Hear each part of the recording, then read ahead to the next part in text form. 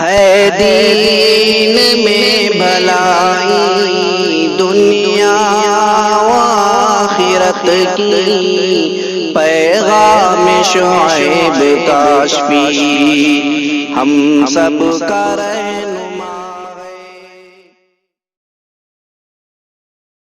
الصلاة والسلام على سید المرسلین وقائد الاولین والآخرین وخاتم الرسل والنبیین وعلى آلہ واصحابہ ازواجہ وذریاتہ وجنودہ اجمعین، اما بعد، اعوذ باللہ من الشیطان الرجیم، بسم اللہ الرحمن الرحیم، کلا ان کتاب الفجار لفی سجین وما ادراک ما سجین کتاب مرقوم، وقال تعالی کلا ان الابرار لفی علیین وما ادراک ما علیون کتاب مرقوم۔ بزرگان محترم، معزز سامعین، گزشتہ جمعے کو یہ عرض کیا جا رہا تھا کہ جب کسی مومن کا انتقال ہوتا ہے، مسلمان کا، تو اس کو فرشتے بشارت دیتے ہیں اور اسے تسلی ہے، تسلی یہ دیتے ہیں کہ اب تمہیں کوئی خوف نہیں ہے آئندہ، نہ پچھلی باتوں کا کوئی غم کرنا چاہیے، ہم تمہارے ساتھی اور دوست ہیں، دنیا میں بھی اندرونی طور پر تمہارا ساتھ دیتے رہے، آخرت میں ہم تمہارے ساتھ ہی رہیں گے۔ تو اس خوشخبری سے مرنے والے کو عین موت کے وقت میں بڑی خوشی ہو جاتی ہے اور مطمئن ہو جاتا ہے۔ شروع میں پریشان ہو جب موت آتی ہے، لیکن جب عین روح نکلنے کا وقت ہوتا ہے اور فرشتے آ کر کے بیٹھ جاتے ہیں منتہا نظر تک، تو اس موقع پر تسلی دی جاتی ہے، تو اس کو بڑا اطمینان ہو جاتا ہے اور اس کی روح بڑی آسانی کے ساتھ نکل جاتی ہے۔ قرآن حکیم میں ارشاد ہے، الذین قالوا ربنا اللہ ثم استقاموا، بے شک وہ لوگ جنہوں نے یہ کہا کہ ہمارا رب اللہ ہے۔ رب اللہ ہونے کا مطلب یہ ہے کہ شرک بالکل یا خالص توحید کے اوپر قائم رہا۔ اس کو نوٹ کر لینا چاہیے۔ میں بار بار یاد دہانی کراتا رہتا ہوں کہ اللہ تعالیٰ کو ماننے سے کوئی مسلمان نہیں ہوتا، صرف اللہ تعالیٰ کو مان لینے سے مسلمان نہیں ہوتا، مسلمان ہونے کے لیے ضروری ہے کہ توحید کے قائل ہو کہ اللہ تعالیٰ کے سوائے کوئی نہیں، مسلمان ہوتا ہے۔ ورنہ اللہ تعالیٰ کو تو دنیا کی ساری قومیں مانتی ہیں۔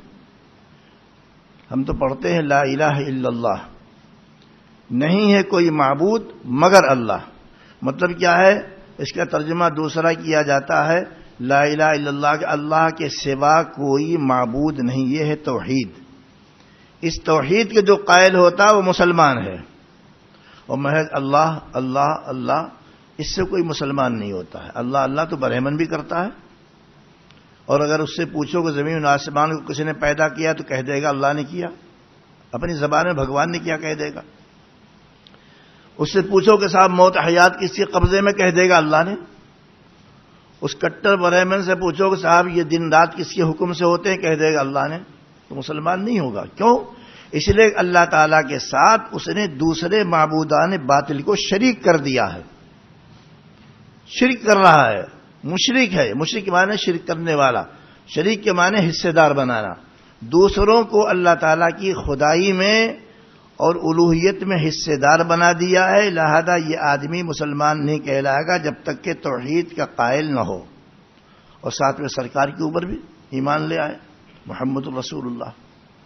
ایک لطیفہ سا یاد آ گیا، یہ اکبر بادشاہ کے 9 رتن تھے، یعنی 9 وزیر تھے جو دربار میں رہتے تھے اور تماشے بھی کرتے رہتے تھے۔ اس میں سے ایک کا نام تھا ملا دو پیازا۔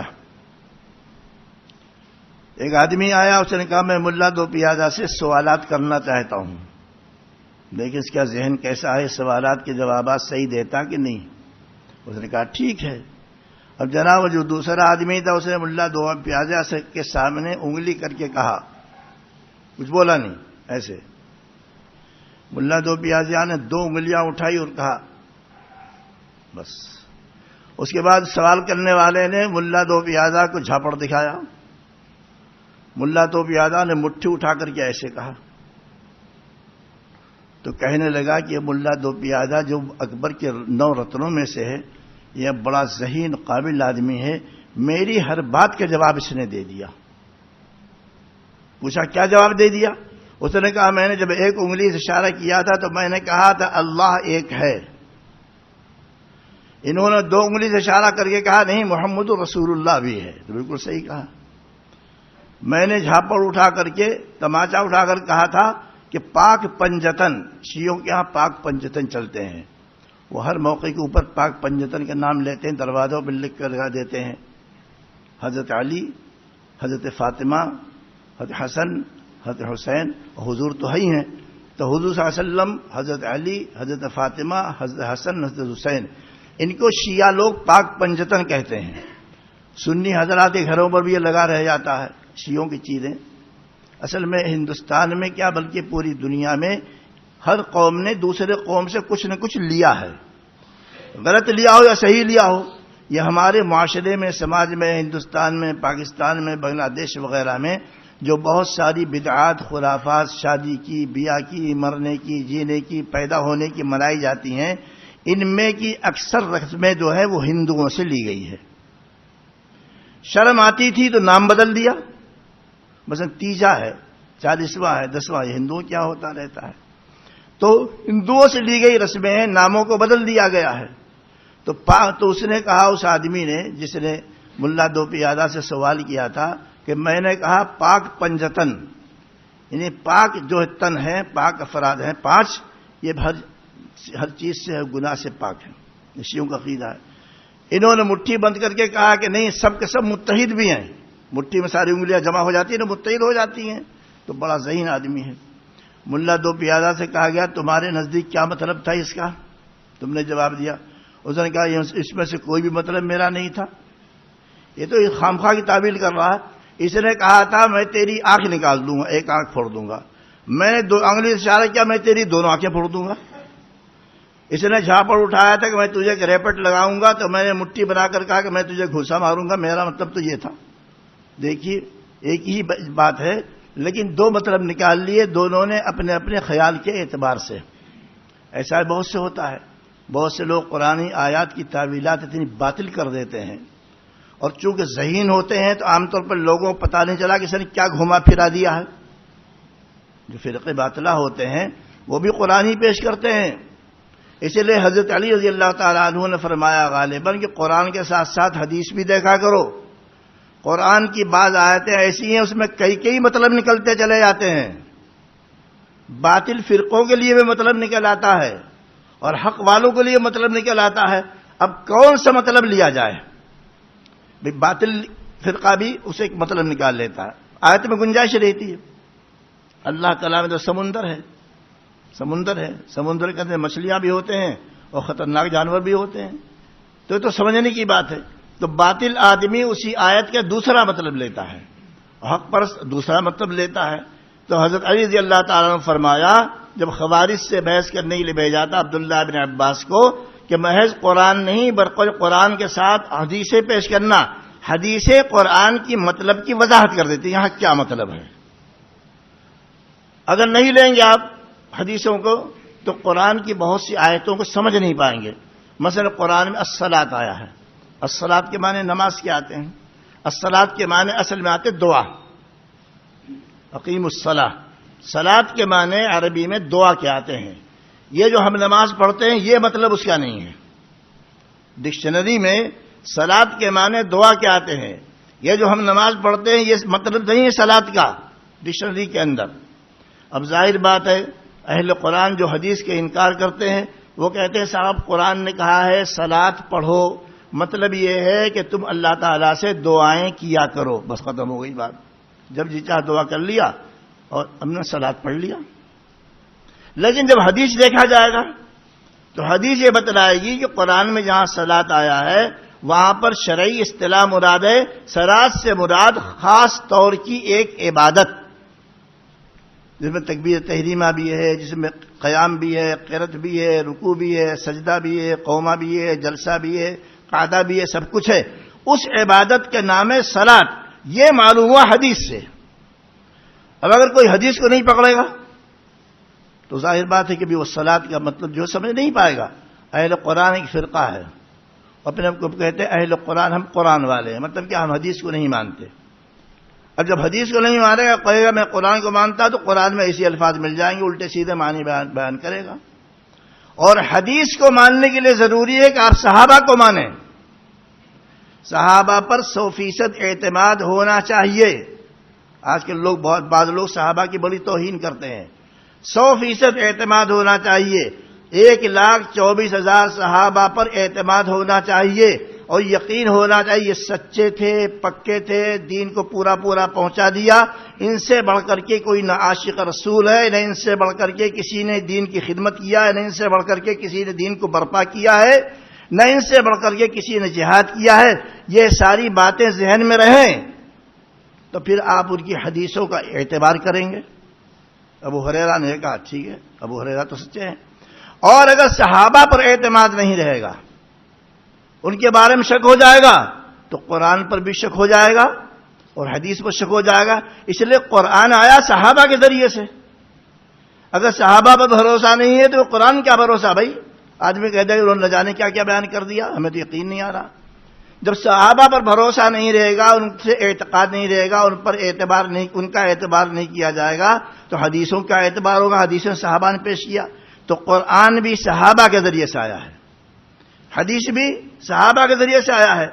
اگر صحابہ کو نہیں مانا جاتا اور ان پر اعتماد و یقین نہیں کیا جاتا تو قرآن پر بھی بھروسہ نہیں رہے گا اور حدیث پر بھروسہ نہیں رہے گا۔ یہ گمراہی کی بنیادی چیز ہے۔ شیعہ کیوں گمراہ ہو گئے؟ شیعہ گمراہ ہو گئے 1,24,000 میں سے 4 کو چھوڑ کر کے باقی سب کو کہتے منافق ہیں، کافر ہیں۔ اب کیا ہوا؟ جب صحابہ منافق کافر ہو گئے تو ان لوگوں کے نزدیک قرآن کا اعتبار ہی نہیں رہ گیا۔ کہتے صاحب بہت ساری آیتیں جو ہیں حضرت عثمان نے قرآن سے نکال دیا، صحابہ پر اعتبار نہیں۔ حدیثیں جو ہمارے پاس ہیں لاکھوں کی تعداد میں، حدیثیں تو لاکھوں ہیں، کتابیں کئی درجن ہیں، کئی درجن کتابوں میں جو لاکھوں حدیثیں ہیں وہ صحابہ کے ذریعے سے آئی ہیں۔ صحابہ کو شیعہ مانتا نہیں ہے تو حدیثوں بھی اعتبار نہیں کرتا، تو گمراہ ہو گیا کہ نہیں گمراہ ہو گیا؟ اس لیے صحابہ پہ یقین کرنا ضروری ہے۔ یہ نماز ہم آپ پڑھتے ہیں، کیسے پہنچی ہم تک؟ حضور پڑھتے تھے، صحابہ نے پہنچائی۔ ہم لوگ روزہ رکھتے ہیں، صحابہ کے ذریعے سے آیا۔ ہم لوگ حج کرتے ہیں، صحابہ کے ذریعے سے آیا۔ ہم لوگ زکوٰۃ دیتے ہیں، صحابہ کے ذریعے سے آئی۔ ہم لوگ ایمان رکھتے ہیں، ایمانیات صحابہ کے ذریعے سے آئی ہے۔ اگر صحابہ پر اعتماد نہیں تو اس نماز کا کوئی اعتبار نہیں، صحابہ پر بھروسہ نہیں تو روزے کا، حج کا کوئی اعتبار نہیں۔ معلوم ہوا صحابہ پر اعتماد کرنا یوں سمجھنا چاہیے کہ فرائض میں سے ہے۔ صحابہ کے توہین کو اکابر علماء نے اور محدثین نے لکھا ہے گناہ کبیرہ ہے، اور بعض صورتوں میں صحابہ کی توہین کرنے والا کافر ہو جاتا ہے۔ جب اعتبار ہی نہیں رہا تو ہر چیز کا انکار کر دے گا۔ تو میں عرض کر رہا تھا، بات آگے بہت پہنچ گئی کہ دیکھیے ملا دو پیادہ نے کیا مطلب لیا تھا۔ ملا دو پیادہ نے مطلب یہ لیا تھا کہ صاحب اس نے ایک انگلی سے اشارہ کیا تھا، میں تیری آنکھ پھوڑ دوں گا، میں نے 2 انگلی سے اشارہ کیا، میں تیری 2 پھوڑ دوں گا۔ اس نے مجھے تماچا دکھلایا، میں نے گھونسا دکھلایا، میرا یہ مطلب تھا۔ وہ کیا سمجھا ہے؟ دوسری بات سمجھ گیا ہے۔ ایسے تعویلات باطلہ بہت سے لوگ کیا کرتے ہیں، بہت ہوشیار رہنا چاہیے۔ قرآن و حدیث کے مجموعے کو پر نظر رکھنی ضروری ہے۔ پھر فقہا نے جو تشریح کیا ہے، فقہا نے قرآن حدیث کی تشریح کیا ہے، اسی تشریح کا نام، سادے لفظوں میں کہتا ہوں، اسی تشریح کے نام فقہی مسائل ہے۔ قرآن حدیث کو صحابہ نے سمجھ کر کے، فقہا نے قرآن حدیث کو فقہا نے سمجھ کر کے جو معنی، مطلب، مفہوم اور مسائل بیان کیے ہیں، انہی مسائل کو فقہی مسائل کہے جاتے ہیں۔ لہذا وہ بھی قرآن حدیثی کی بات ہے۔ اگر آپ کے سامنے در مختار کا حوالہ دیا جائے تو قرآن حدیثی کی بات ہے۔ اس طرح در مختار میں جو کچھ لکھا ہوا قرآن حدیث سے ہی نکال کر کے لکھا گیا ہے۔ اگر شامی کا حوالہ دیا جائے تو قرآن حدیثی کی بات ہوگی۔ اگر بہشت زیور کا حوالہ دیا جائے قرآن حدیثی کی بات ہوگی۔ اگر اور کسی فقہی کتاب حوالہ دیا جائے قرآن حدیثی کی بات ہوگی۔ تو قرآن و حدیث کا خلاصہ نچوڑ یوں کہ اس کی تفصیل فقہ کی کتابوں کے اندر پائی جاتی ہے. اس پر اعتماد کرنا بہت ضروری ہے، ورنہ آدمی گمراہ ہو جائے گا. تو کتاب اللہ، سنت رسول اللہ، اور سنت رسول اللہ کے ساتھ ساتھ صحابہ پر اعتماد انتہائی ضروری ہے. محمد الرسول اللہ. قرآن میں جگہ جگہ صحابہ کی شان بیان کی گئی ہے. کئی گھنٹے اور روزانہ اگر 2 گھنٹہ بیان کیا جائے، کئی دن لگ جائے ان کی فضیلت کے اوپر صحابہ کی. قرآن کے مقام پر فرمایا محمد الرسول اللہ، محمد اللہ کے رسول ہیں. ٹھیک. والذین معہ وشداء علی الکفار، اور وہ لوگ جو ان کے ساتھ رہتے نا، ہر معاملے میں ساتھ ہیں، اٹھنے بیٹھنے چلنے پھرنے، جہاد میں، دین کو برپا کرنے میں، دین کی خدمت کرنے میں، ہر معاملے میں جو سرکار کے ساتھ ہیں. کون ہے وہ؟ اشداء علی الکفار، وہ کفار کے مقابلے میں ڈٹے رہتے ہیں، شدید ہیں کفار پر. شدید ہیں کفار پر مطلب یہ نہیں ہے کہ کفار کو مارتے پیٹتے ہیں، غلط فہمی نہیں ہونی چاہیے.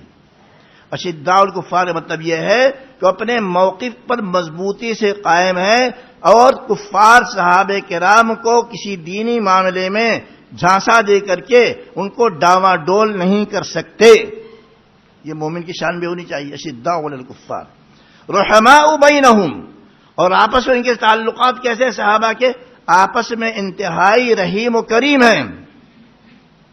ان کی حالت عبادت کا حال کیا ہے؟ تراہم رکعا سجدا. اے مخاطب جو قرآن پڑھ رہا اسے اللہ تعالیٰ فرماتے ہیں اے لوگو تراہم رکعا سجدا، تم ان کے دیکھو گے کہ خوب سجدے کر رہے ہیں، خوب رکوع کر رہے ہیں، یعنی نمازیں خوب پڑھتے ہیں، نماز کی پابندی کرتے ہیں، رات میں تہجد پڑھتے ہیں، نوافل پڑھتے رہتے ہیں. یہ ان کی عبادت کی کیفیت ہے. تراہم رکعا سجدا. اور کیوں نماز روزہ کرتے ہیں؟ دنیا اس کا مقصد نہیں، ریاکاری نہیں ہے. تراہم رکعا سجدا، اس کا مقصد اللہ تعالیٰ کو راضی کرنا ہے. یبتغون فضلا من اللہ ورضوانا، اللہ تعالیٰ کا فضل اور اس کی رضامندی کے متشاشی کی یا اللہ آپ خوش ہو جائیے بس. اور پہچان ان کی کیا ہے؟ صورت دیکھ کر کے کیا معلوم ہوتا ہے؟ اس لیے صورت دیکھ کر کے قیافہ شناس کو پتہ چل جاتا ہے یہ آدمی کیسا ہے. عرب میں تو بعض اتنے ماہرین پائے جاتے تھے ایک زمانے میں، اب تو عرب بگڑ گئے.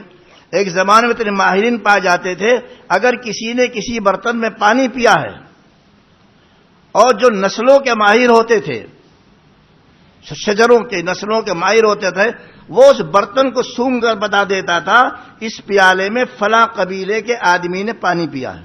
اتنے ذہین لوگ تھے، اتنے تجربے کار. ہاتھ پیر دیکھ کر بتا دیتے تھے کس کا بیٹا ہے، چاہے ظاہر میں ملتا جلتا نہ ہو، بیٹا کالا ہو باپ انتہائی گورا ہو، لیکن دیکھ کر بتا دیتا تھا یہ اسی کا بیٹا ہے. اتنے ماہرین ہوا کرتے تھے. تو کچھ پہچان بھی ہوا کرتی ہے. صحابہ کی پہچان بیان فرمایا جو رکوع سجدوں میں، عبادت میں، طاعت میں لگے رہتے ہیں اور ان کی عبادت کا مقصد اللہ تعالیٰ کی رضامندی ہے اور کسی کو خوش کرنا دکھلانا مقصد نہیں ہوتا.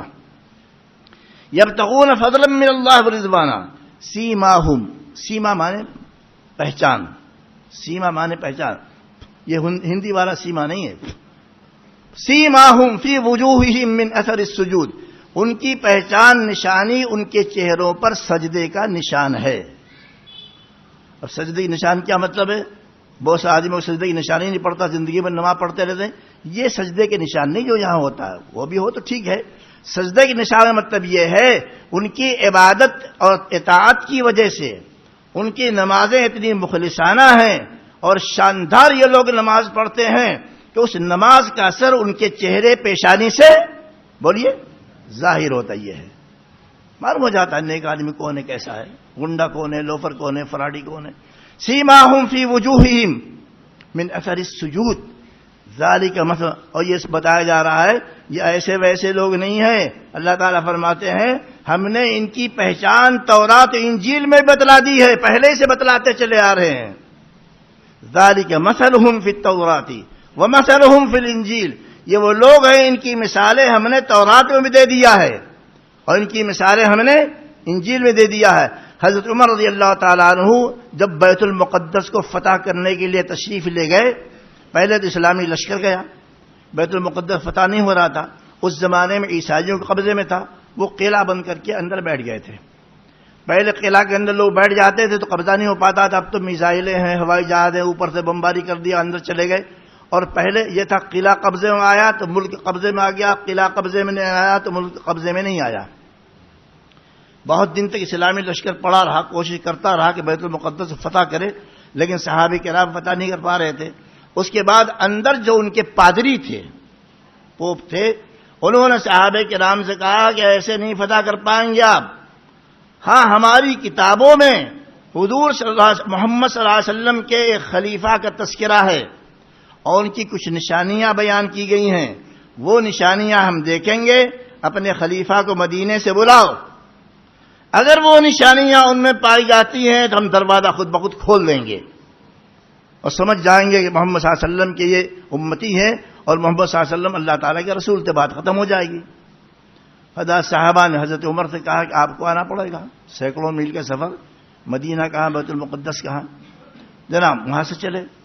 اب چلیں کیا ہے تو ایک ہی اونٹ ہے، ایک ہی اونٹ، یہ امیر المومنین ہے، سمجھے آپ، یہ امیر المومنین ہے، لاکھوں مربع میل پر حکومت کرتے ہیں اور مدینے کی پھٹی ہوئی چٹائیوں پر بیٹھ کر کے مشورے کرتے ہیں. تو سمجھا ایران اور روم کانپتے ہیں. یہ ایمانی طاقت ہوتی ہے.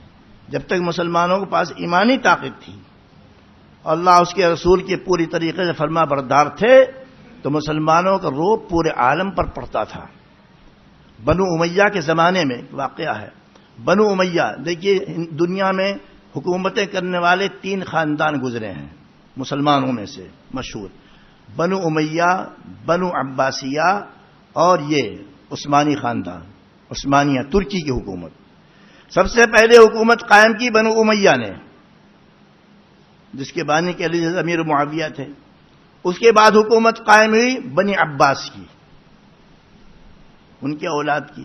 اس کے بعد حکومت قائم کر لی سب سے بڑی ترکی عثمانیوں نے.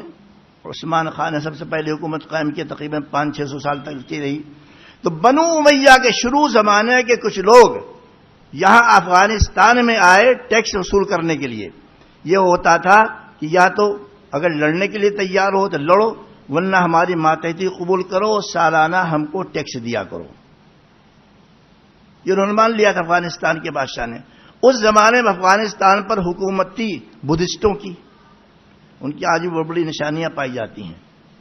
اب جناب بنو امیہ کا جو کارندہ آیا ہے وصول کرنے کے لیے ٹیکس حکومت سے سالانہ خراج، تو بادشاہ بڑا ہوشیار تھا بدھسٹ. اس نے کہا صاحب وہ پہلے کئی سال پہلے 10-20 سال پہلے مثلا وہ جو لوگ آتے تھے ٹیکس وصول کرنے کے لیے وہ کہاں گئے، جن کے چہروں پر کوئی کھانے پینے کی عیش عشرت کی نشانی نہیں تھی. بھئی آدمی خوب کھاتا ہے، عیش میں رہتا ہے تو چہرہ چمکتا رہتا، وہ نور نہیں ہوتا. اگر کھانے پینے کی سہولت کی وجہ سے کسی کا چہرہ چمک رہا موٹا تگڑا، یہ نور نہیں ہے. نورانیت اور چیز ہے، ہر آدمی پہچان نہیں پاتا ہے. ان کے چہرے پچکے ہوئے رہتے تھے، بڑے سادے لوگ ہیں، کھجور کی پتیوں کے چپل پہن کر کے آتے تھے، کپڑے بھی ان کے شاندار نہیں رہتے تھے، ان کے جسموں سے عطر کی خوشبو بھی نہیں آتی تھی. وہ جو پہلے آتے تھے وہ کہاں چلے گئے؟ تو ان لوگوں نے کہا، جو بنو امیہ کے لوگ گئے تھے ٹیکس وصول کرنے کے لیے، انہوں نے کہا زمانہ ہوا ہو تو صحابہ کرام تھے، زمانہ ہوا صحابہ کرام تھے، ان کا انتقال ہو گیا ہے، اب تو ان کے بعد والا حکومت ہے. تو بادشاہ نے چمک کر کے کہا اب ہم آپ کو ٹیکس نہیں دیں گے. آپ کی شکلیں بڑی خوبصورت ہیں، بڑے تندرست توانا ہیں، بڑے طاقتور معلوم ہوتے ہیں، چہرے پر کھانے پینے کی چمک پائی جاتی ہے، کپڑوں سے عطر کی خوشبو آ رہی ہے، پیر میں بھی آپ کے چپل بڑے شاندار ہیں، لیکن آپ کا روب غور کرنے کی چیز ہے. اس زمانے میں مسلمانوں کو سوچنا چاہیے. لیکن آپ کا روب ہمارے دل پر ذرہ برابر بھی نہیں ہے. ہم آپ سے نہیں ڈرتے ہیں، نہ آپ کا روب ہمارے اوپر ہے، نہ آپ اللہ والے معلوم ہوتے ہیں. سیدھے خالی یہاں سے چلے جاؤ. منہ کالا کر کے وہاں سے چلے آئے، دیا نہیں اس نے. تو یہ جو صحابہ کرام کی فتوحات ہیں یا ان کی کامیابیاں ہیں، وہ اصل میں ان کی ایمان کی تاثیر تھی. وہ چیز کم ہو گئی مسلمانوں میں. کتنا فسق ہے، فجور ہے، بدکاری ہے، جھوٹ ہے، فراڈ ہے. اگر دین پر عمل بھی ہے تو بعض چیزوں پر عمل ہے. سن لیجئے، آپ بھی بیٹھے ہیں، ہم بھی بیٹھے ہیں، نماز پڑھ رہے ہیں، خالی نماز پڑھ رہے ہیں، اندر سے بدمعاش ہے. تو جب ساری چیزیں بگڑی ہوئی ہیں اور جو طبقہ دیندار کہلاتا ہے وہ بھی 100% نہیں، 100% کیا 90% بھی دیندار نہیں ہے، بعض چیزوں میں لگا ہوا، نماز پڑھ لیا، روزہ رکھ لیا، باقی کچھ نہیں ہے، تو ہمارا روب کیوں پڑے گا؟ جب ہمارا روب نہیں پڑے گا تو حدیث میں سرکار نے فرمایا قیامت کے قریب مسلمانوں کے دلوں، کافروں کے دل سے مسلمانوں کا روب نکال دیا جائے گا. نکال دیا گیا ہے. اسرائیلی کیا حیثیت ہے؟ 2.5 کروڑ اسرائیلی ہیں، ایک حملے میں ختم کر دیے جائیں، لیکن 2.5 کروڑ اسرائیلی پوری دنیا میں یہودی پائے جاتے ہیں، اور 1.5 ارب مسلمان ان سے ڈر رہا ہے. سب صلح کرتے چلے جا رہے ہیں، سب تسلیم کرتے جا رہے ہیں، سب ڈنڈوت کرتے جا رہے ہیں، سب ہاتھ جوڑتے چلے جا رہے ہیں. کیا وجہ ہے؟ جو حدیث میں سرکار نے فرمایا ہے ان کے دلوں سے تمہارا روب نکال دیا جائے گا اور اللہ تعالیٰ تمہارے دلوں میں وہن ڈال دیں گے. وہن بھی ہمارے دلوں میں ہے. صحابہ نے پوچھے وہن کیا چیز ہوتی ہے یا رسول اللہ؟ فرمایا حب الدنیا وکراہیت الموت، دنیا کی محبت. کتنا ڈوبے میں، دنیا ہی کی وجہ سے ہماری ساری غلطیاں ہیں، گناہ ہیں، مسائل کے خلاف ہے، احکام شدید کے خلاف ہے کہ دنیا کی محبت ہے. حب الدنیا، دنیا کی محبت. وکراہیت الموت، موت سے نفرت کی جہاد نہیں ہے. ڈر رہے ہیں یہ عیب پیدا ہو جائے، اندرونی عیب ہے، یہ عیب پیدا ہو جائے تو مسلمانوں تمہارا روب کفار کے دلوں سے نکال دیا جائے گا. نکال دیا گیا ہے. تب کیا کریں گے آپ؟ یہی ہوگا کہ 2.5 کروڑ اسرائیلی یہودی سارے مسلمانوں کے اوپر اپنا کنٹرول رکھ رہے ہیں. ساری حکومتیں ان کے تابع ہو گئی. عرب ممالک پہلے ان کے تابع ہو گئے، چاہے یہ کویت ہو، چاہے متحدہ عرب امارات ہو، چاہے یہ سعودیہ ہو، سب نے اس کو تسلیم کر لیا ہے. سعودیہ نے تسلیم کر لیا ہے، اندر سے، اوپر سے نہیں کر رہا، دھوکہ دیتا ہے. سب نے تسلیم کر لیا اس کو. اتنی شرط نہیں لگا سکے کہ چلو ہم تم کو تسلیم کر لیں گے، تم سے تعلقات قائم کر لیں گے، لیکن جن علاقوں پر قبضہ کیا فلسطینیوں کے خبیثوں اس کو تو چھوڑ دو، بیت المقدس کو تو چھوڑ دو. سن 67 میں جو جنگ ہوئی تھی، جن علاقوں کو تم نے قبضہ کیا اسے تو چھوڑ دو.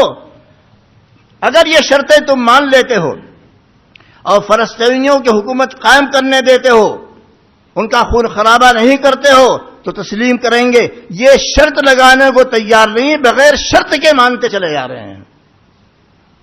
تو بات وہی ہے کہ ایمان ہم لوگوں کے پاس انتہائی کمزور قسم کا ہے.